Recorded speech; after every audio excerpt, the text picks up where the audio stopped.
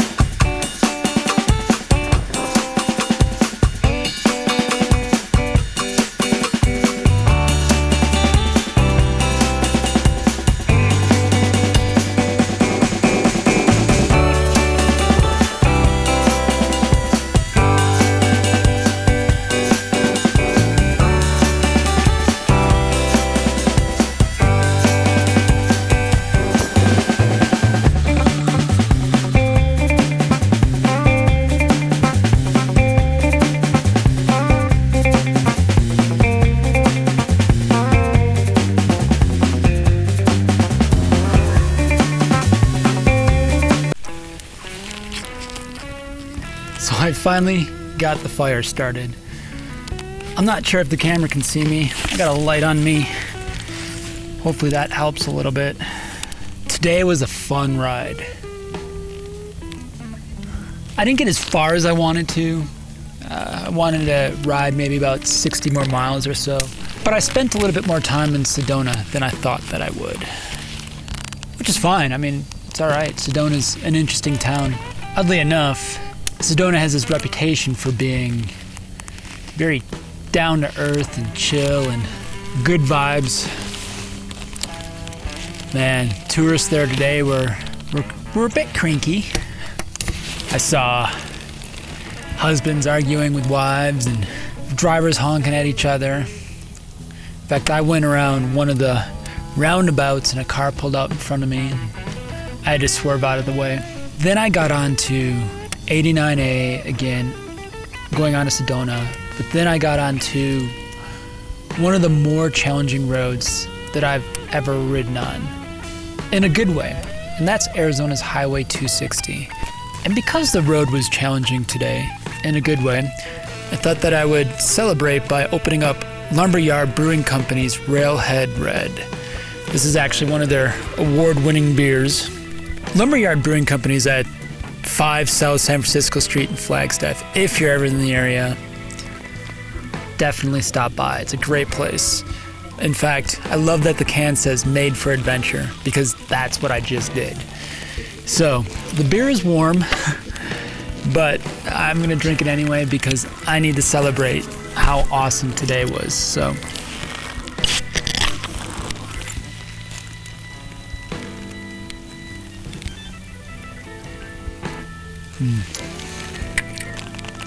Oh, I'm not normally a red beer drinker, but that's pretty good. So, Highway 260, before I got on it, while I was in my hotel room this morning, I was planning my route today. I knew I didn't want to go back on Route 66 and I-40. I've done that already. I wanted to challenge myself a little bit more. And I knew I wanted to go to Sedona. Now, some of you might be asking, Joe, why didn't you go all the way to Santa Monica? A bunch of reasons. The goal for this trip has always been to get to Flagstaff. So no matter what, I was going to plan my trip around that. Well, that was successful. So I stayed in western New Mexico for a little bit longer than I anticipated. It made sense for me to stay in western New Mexico where I didn't have to pay a whole lot to camp, and I had plenty of food where I was, and the company there was pretty amazing. I was hanging out with Mitch and Jeff was there. Chatting with him was fun.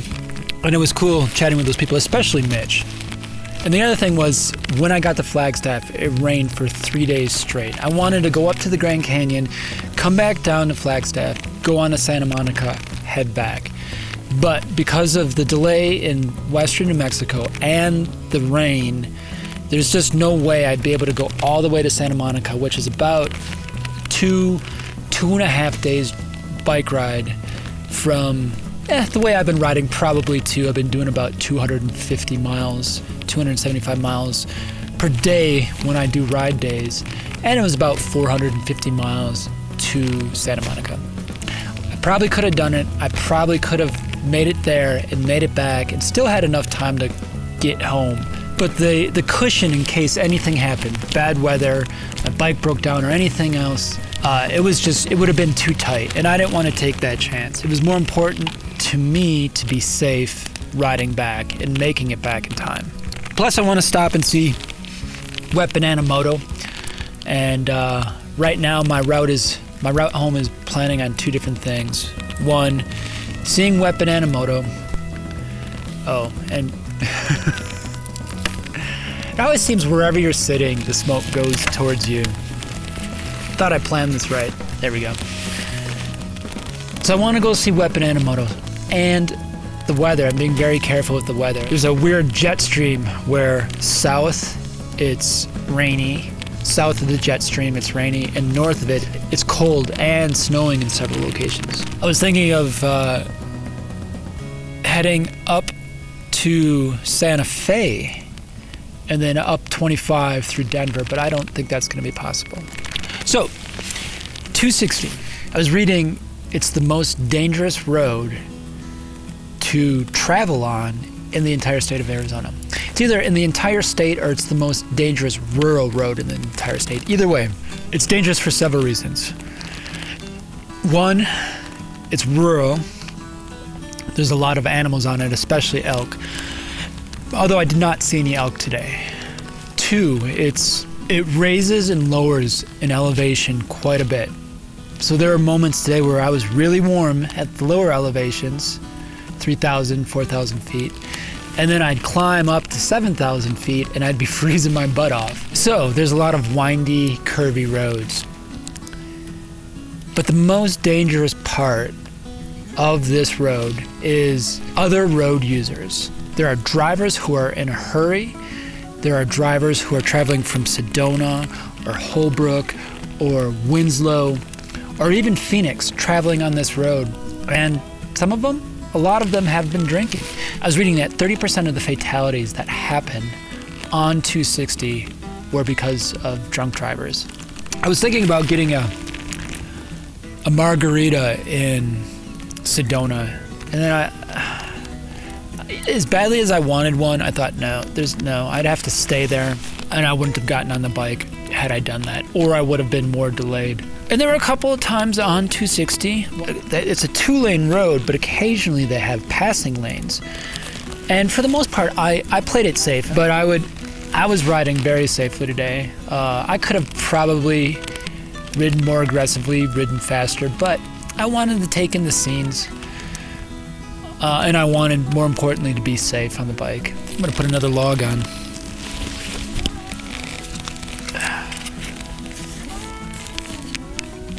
Might as well. Get this thing really going. There we go. So because it's hilly, curvy, mountainous, there are drivers who invariably will want to go faster. That really kicked that up. Hopefully it provides more light here.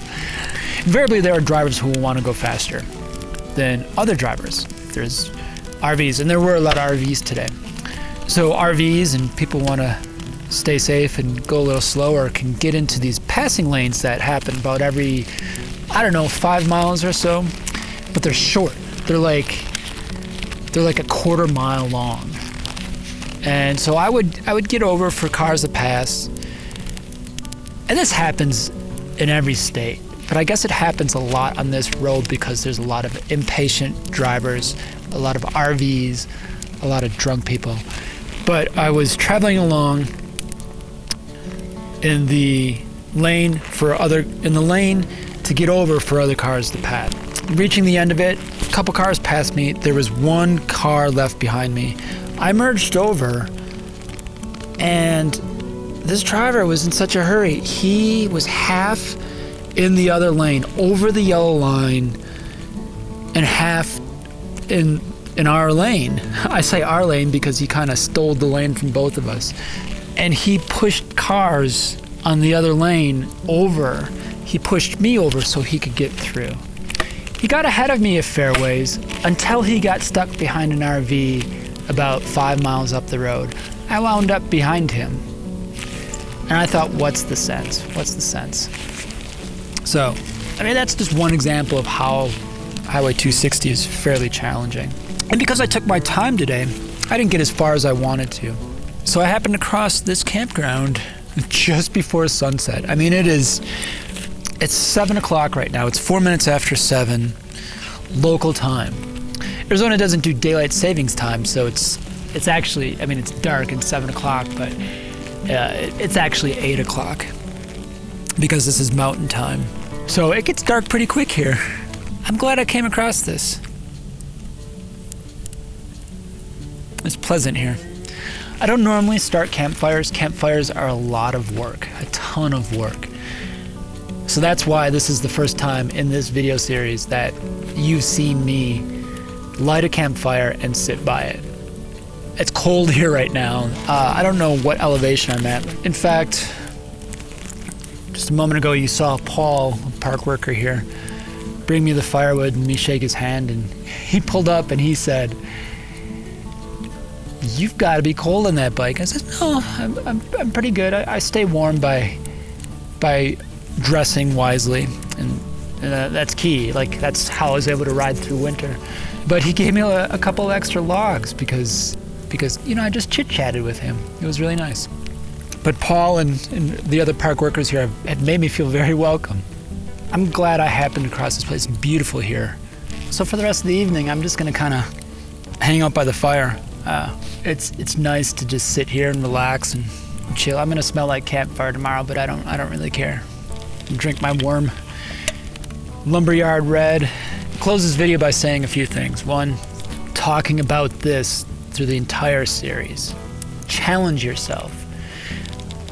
Ride the most dangerous road in Arizona. Get on your bike and discover new places. Do things that scare the shit out of you. Ask that girl out. Ask that girl to marry you. Go mountain climbing. Ask your boss for a raise. Plan it out right and do the shit that scares you. You'll feel much more alive. You'll learn from it. Even if you fail, you will learn from it. That's where life is the sweetest. On that edge where you're challenging yourself. So thanks for watching this one, everybody. If you like this video, go ahead and click on that like button. It helps out this channel an awful lot. If you like what I'm doing here, go ahead and click on that subscribe button. If you're new here, or if you watched a few of these videos, and if you've been following this series and you haven't subscribed yet, go ahead and click on that subscribe button. And as always, ride safe out there. Challenge the shit out of yourself. Scare the hell out of yourself. Push yourself to the limits. Then come back down to earth. Analyze what you've learned and realize that your life is richer and you're a better human being because of it. Keep your wheels rolling in the right direction, everybody. I'll see you in the next video. Oh, I almost forgot. This is living.